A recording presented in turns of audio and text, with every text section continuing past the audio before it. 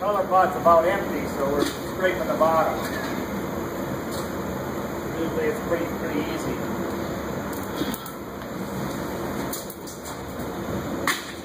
We actually got a hole in the color pot yesterday. That's kind of what they look like. There's all different sizes, but we actually got a hole in that yesterday, and so the glass went down to the hole. And then it all runs to the bottom of the furnace, and then you got to scrape it all out of the bottom of the furnace. It gets to be kind of a mess. But every piece basically starts out this way. You start out with the first gather. It's called a gather when you add more glass. So every time you put more glass on it, you can make these pieces as big as you want. So you can't lift them. But it's a matter of the glass is liquid in there. It's like about the consistency of honey, and so as it cools, you got at certain range, you can manipulate it. Too hot, you lose it. You lose shape. Too cold, it cracks. Constantly got to be turning it, or it gets off center, and it'll just fall right off. Now he's getting some clear glass over the top of that color. That pot's a lot bigger in there than that one little one you looked at. You melt about 300 pounds of glass. It'll last us for a week. Maybe 2 days if we're looking big like that. So where does most of this stuff go? Collectors, museums, different galleries. I mean, that's the other part of the struggle. It's one thing to learn how to make the stuff, it's a whole other ball game to go out and market it. You can go anywhere from like the gift shop at the Bergstrom, you can go in there, check that out, to all the way to like the Smithsonian or someplace like that. Or the Milwaukee Museum of Art down in Milwaukee. Ever been there? Yeah. So, see how quickly that popped out? We're going to put more on that, so we want to keep it kind of thick. Everything happens real fast. You'll see that it's, if you don't keep it turning, it just lose shape. So if you like blow a whole bunch, it's like a big bubble, and it can just keep blowing for a long time? Oh yeah, you blow it out paper thin. Like a we'll give you guys a shot at it. We'll blow a couple bubbles and mess around. I remember last time we came, we blew it up until it popped. Where? He like built it, so it was like... Oh, you were here before? Yeah, he wasn't on. Yeah, I don't think I was. Okay. Let's see, what are you doing, a big one? Or... Dipping some more glass over the top.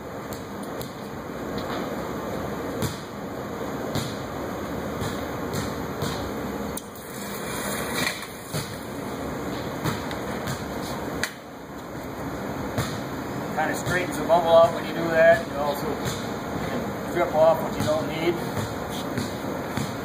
The worst part is when you come out and you don't have enough and you gotta crook it.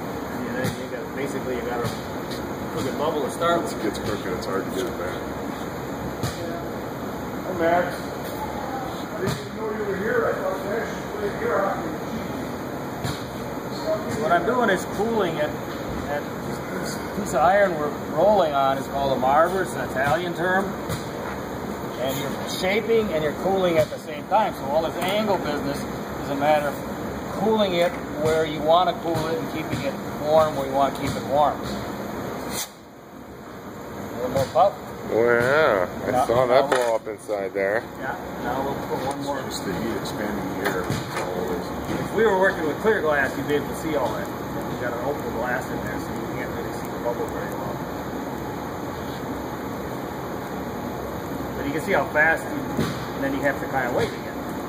That's the way it is when almost every piece you make. It especially gets hairy when you get toward the end because pieces are heavy, you're tired, and you can't go back. You gotta go forward. So how much is this right here probably weigh? Well, this isn't way much, but it's maybe a half-inch thick. Okay. Pull that.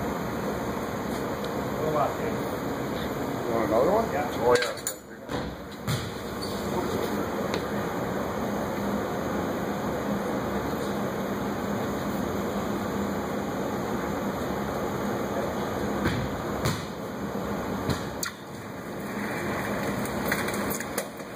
So how often do you burn yourself? Occasionally. Not every day, huh? No, you don't like to burn because then, you can't work. It stings, you're supposed to eat. Just a little burn here and there is one thing. You get a bad one, then you're toast. 2 years ago, I burnt my hand right here real bad. Couldn't go last for about 3 weeks. Part of that.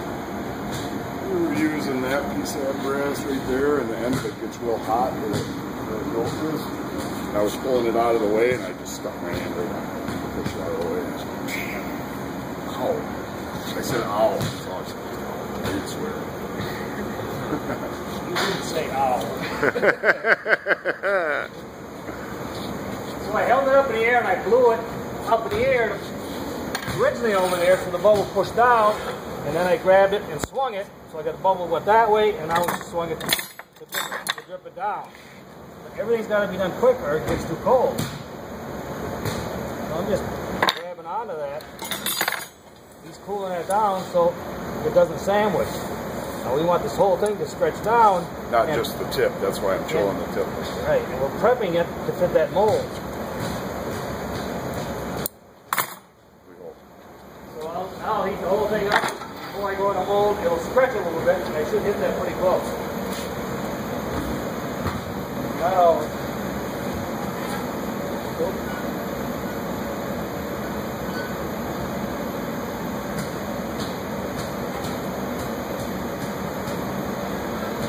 it's really warm here now.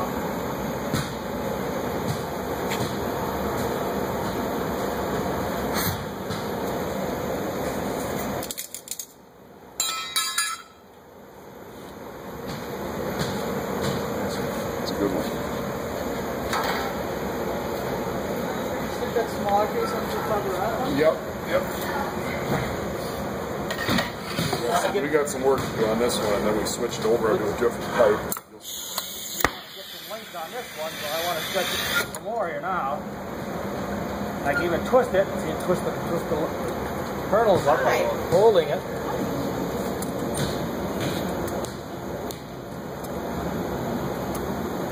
Work up.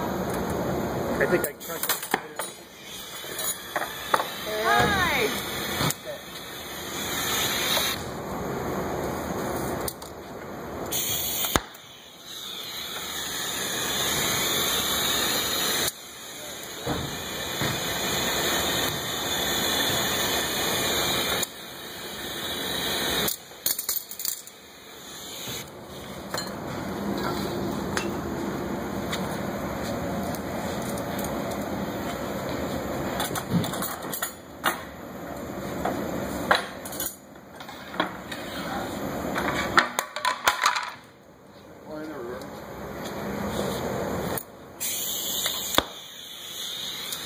Now we got them. You got to get that all right at the right time, or you lose your shape. So why do you put those holes in there? Now we're going to pull holes in it because eventually there will be 6 or 8 of these that will be hung together. And then you go on another glass bar when they're cold, then you can take them off. You'll see some in the other room.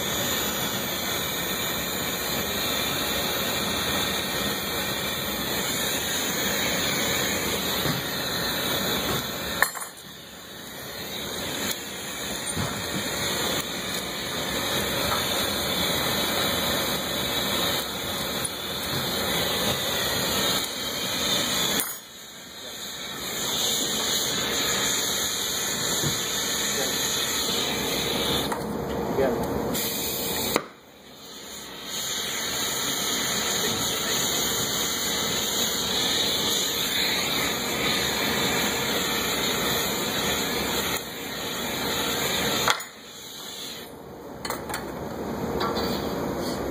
You could never stay out that long without the torch, you know, because the whole piece.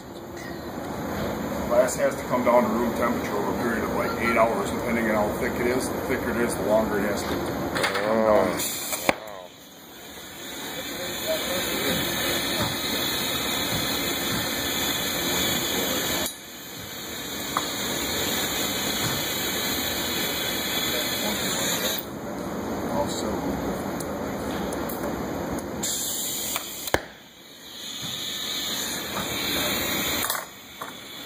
You got to stick another rod on the end of that again, huh? Yeah, that's the other, all the rest of it on the bottom of this.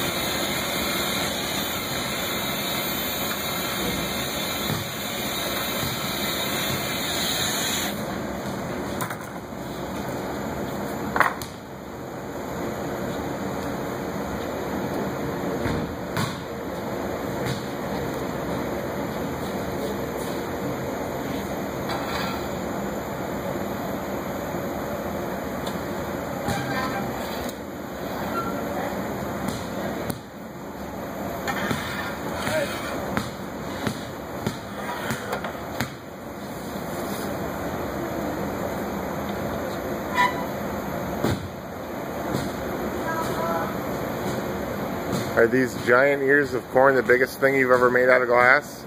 Yeah, they're a real tough to make too. It takes about 4 of us. It only takes an hour, but you don't maybe you make one a day, but you can't make any more because you just beat up. It's just physically, it's just so demanding. Does it usually take one try to make one? Oh yes. We make one a day for a week. We work 5 days a week. If we get one good one for the week, we're lucky. Wow. Once in a while, I think last year, 2 years ago, I think we got 4 maybe on one week, but that's just because they're hard to make and aesthetically they're lame, or they got a crack in them, or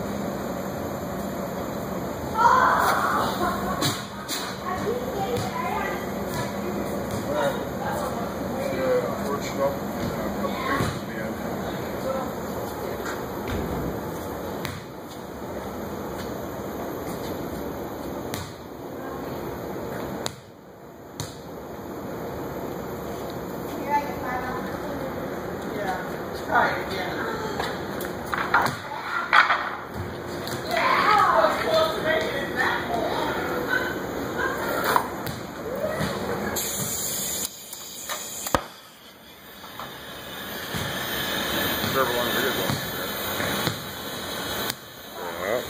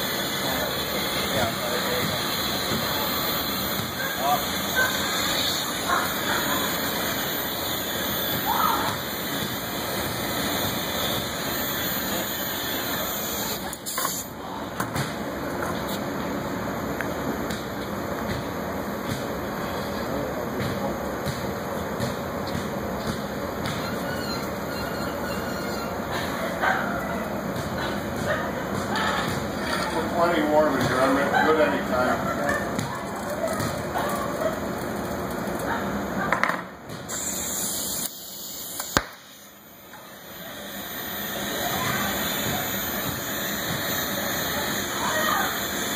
I'll have to leave one.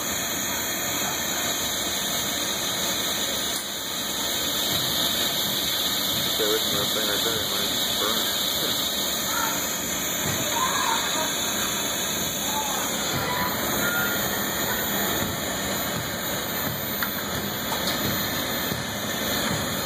Ready? Yep. Okay.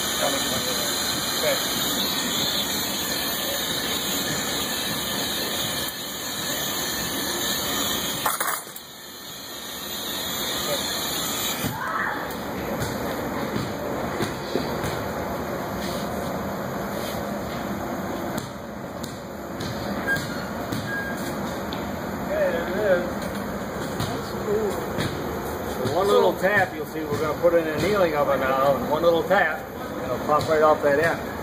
Okay. How long does that take to dry? It'll cool overnight. But if I just slightly tap that, that's going to fall off it.